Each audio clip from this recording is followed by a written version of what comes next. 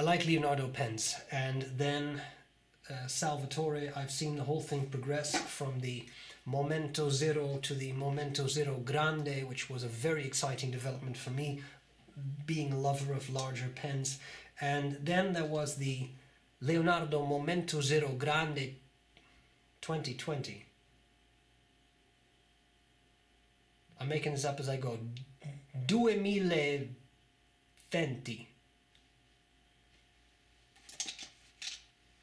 Correct me if I'm wrong.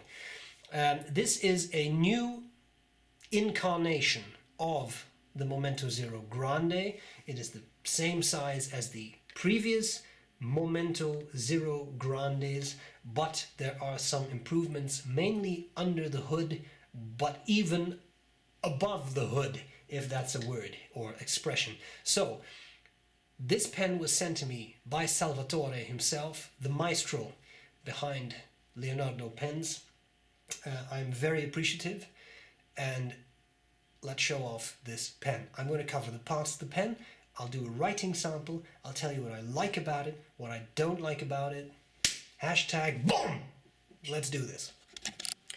Alright, let's have a look at the MomentoZero Pistone, or I think we are supposed to say MomentoZero Grande Pistone, but who knows at this point, right? Fatto a mano in Italia. Handmade in Italy. Yeah, very nice grey outer sleeve. I like it. It's almost silver, right? It's a very nice color. I like that. Leonardo, Officina Italiana, MomentoZero Grande Pistone, more than 45 years of experience from father to son, and the story goes on. The back is completely blank, and then you have this. Ooh, the camera couldn't focus on that. That was fun. Anyway, and then you have this on the side, which is also blank. When you take that off, then there is a black cardboard outer sleeve with the Leonardo, I guess we should say Leonardo, eh? Hey, Leonardo Officina Italiana with the wings. And that's another sleeve, because then in that is the box. And the box is so black, it absorbs all wavelengths, and it is utterly black. Isn't it exciting and mysterious? You open up the black box, and what do you find? The MomentoZero Grande Pistone booklet, the little pen sleeve, and that was very hard to get out. The Leonardo Officina Italiana green ink. I have not put this in the pen for the very simple reason that when I review a pen, I want to know what the properties of the nib are, if it's dry or wet, and if I use an ink that I don't know the properties of, as with that Leonardo green, I don't know if it's dry or wet, and I can't tell you if the pen is a wet writer or not, so that's why I don't do that. Okay, the booklet, we have the Made in Italy little sign, 100% Italiano. We have an overview of these new colors. This one is also stunning. That looks really, really nice. I had trouble pronouncing that name, Fiordacqua or something, but very, very pretty. They're all pretty, but I really like. This would have been my second choice. We have some explanation about the specific line. We have the new piston, which is no longer a blind cap. I'll come to that. And how to fill it, guarantee, international warranty, etc. And that's pretty much it. In it. Okay, let's look at the pen. Here we have the pen. I want to show you this pen next to the previous incarnation of the MomentoZero Grande, next to a MomentoZero, next to a MomentoZero Micro. No, it doesn't exist, but what does exist is a Pilot Metropolitan. So for size, that should give you a bit of a size overview, and of course now it's half out of view, sorry. There we go. Important difference is that the MomentoZero has a straight cap lip. The MomentoZero Grande has a step-down cap lip. I will show you that later in the likes and dislikes, but you can see that. And then the MomentoZero 2020 has a taper-down cap lip, which I think looks very sleek. aerodynamic, smooth. I really, really think that's a great addition to this pen. Now, let's look at the parts of the pen. This finish is really quite attractive, I thought. The girasole, or the sunflower, which is a really nice choice. This reminds me a bit of not so much the sunflower itself, but sunflower seeds. Very attractive. So basically a redux of the MomentoZero Grande, but now with the new piston. It is available in extra fine, fine, medium, broad, 1.1, 1.5 millimeter stub steel nibs. For an additional cost, you can buy an extra fine through broad gold nibs, or a 1.3 millimeter gold nib. You can buy an elastic nib, which is basically a flex nib that would look like this on this Leonardo Cuspide. And you can also get a music nib. So in other words, there are many nib options, some for additional money. Thinner clip, that's kind of interesting. If you look at the regular MomentoZeros, and they have a slightly thinner clip, which is a bit vintage reminiscent, was the idea. Parts of the pen. Top of the cap, same material as the rest of the cap. Then we have 3 bands. We have that taper down cap lip, and we have the thinner clip, which is really nice and springy. It has a little wheel, which I like, and then it has this barrel which tapers down, and this is a piston turning knob. Back in the day, I remember the days of old, right? We had the MomentoZero, and it's a cartridge converter filled pen. But to make it a little fancy, and I don't say that judgmentally, to make it a little fancy, you have a blind cap which you unscrew, and then you can operate the converter, which is kind of neat because it looks like a piston filler even though it is not. And then we had the MomentoZero, which had this barrel that unscrewed. You basically have what a lot of people would call a captive converter, right? It was labeled as a piston, but some people say that's a captive converter, and I like that noise.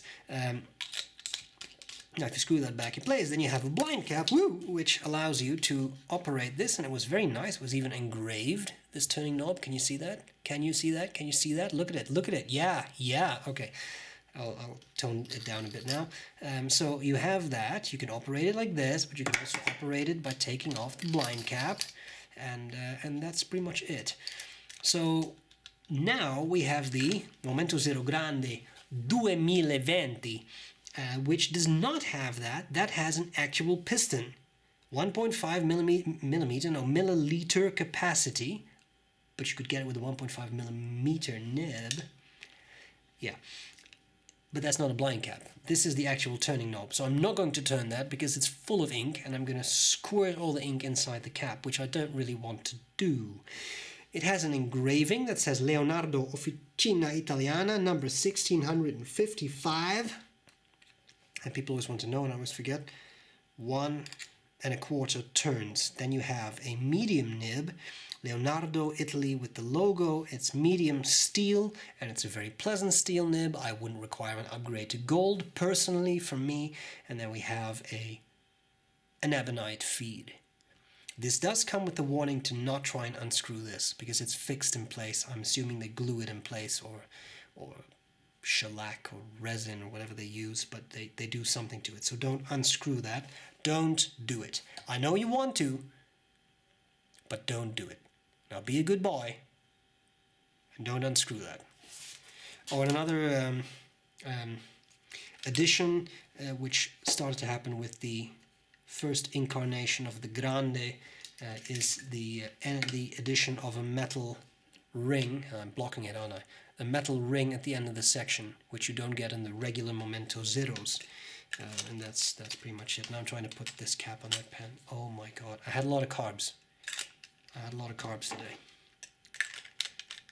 You don't understand why I can't drink, right? Like, this is what I'm like when I'm sober. Imagine if I would drink. Can you post it? Yes, you can. It becomes pretty big, but it's definitely doable. And the section is a weird shape. I've always found it a weird shape, but what I will say about it is incredibly comfortable to me. Your mileage may vary, to me very comfortable. This is from the Furore Grande review. If you don't know why this is here, then you have to watch the Furore Grande review. But for now, should I zoom out a bit? Not too far, that seems good. Leonardo MomentoZero Grande. I think it's visible, isn't it? Yeah, visible. Pistone 2020 with a medium steel nib, and this is a Lamy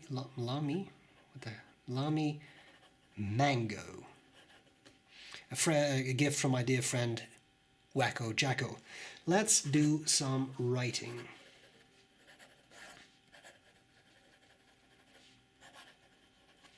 I find this a very pleasant writer. I haven't had it run dry on me.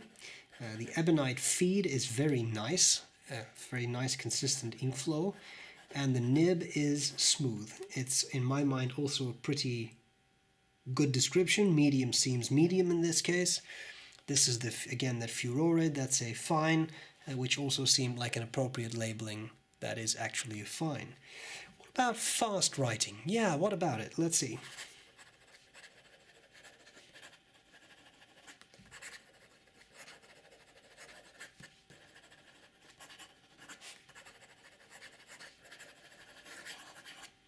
Looks pretty good too. Doesn't really skip in my mind. Is it wet? It's not a gusher, but in my mind, nicely tuned. It's not dry. I hate a dry pen. This is not dry. It's not a gusher. The nib is round, and as always, very, very careful. Some line variation could be squeezed out, but I would be very careful. It's a pretty rigid nib, and again, you can buy an elastic gold nib, which is this very nib. This is a Leonardo Cuspide, and then you'd be able to do this. But this is just a humble medium steel nib, and there's nothing wrong with that, which doesn't really offer line variation. What it does offer is upside down writing. And you get a little bit more feedback, but you definitely go, I would say, from a medium to an extra fine. You probably can hardly read that, for which I apologize. It is a yellow ink, but I just thought that this was a nice sunflower. I'll put it close to the camera there. You can see you go from a medium to an extra fine. I know this is upside down, but otherwise this won't fit, so I have to do it because of the tripod. And if I wouldn't have gone into that, then we would be done by now. So let me just tell you, we're going to be talking about what I like and what I don't like about this pen. Let's do it now. What do I like, what do I not like about the Leonardo MomentoZero Grande 2020 Girasole?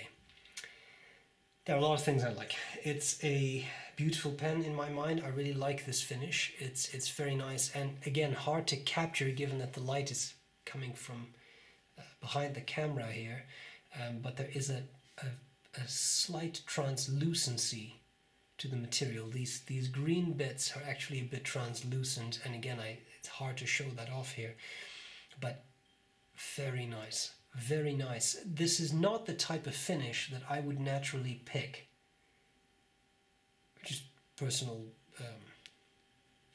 preference, but it is very pretty. I will say that. It is very pretty. Now, having said that, larger pen, the beautiful new piston filler, high capacity, I think that is good. That is very nice. It is a steel nib, it is a medium nib, but it does have the ebonite feed. Very nice, solid ink flow. As I understand it, these are Jowo nibs and no longer B.R.E. That is as I understand it. I will say, out of the box, this wrote very nicely. Some Leonardos I've had in the past were a little dry, but those were the B.R.E. nibs. I have often found B.R.E. nibs can be a little bit on the dry side, and these are different. This is a different experience, so very good. You can upgrade to a gold nib if you want for the right price. This is not cheap. I saw that at Appelboom it's 164 euros and 46 cents, excluding VAT. That makes this quite costly. There are people who would say at this price, which is 295 euros inside the EU and outside the EU 241.80. at that price you could expect a gold nib. This is true. What I will say is this is such a wonderful steel nib that for me I wouldn't need a gold nib.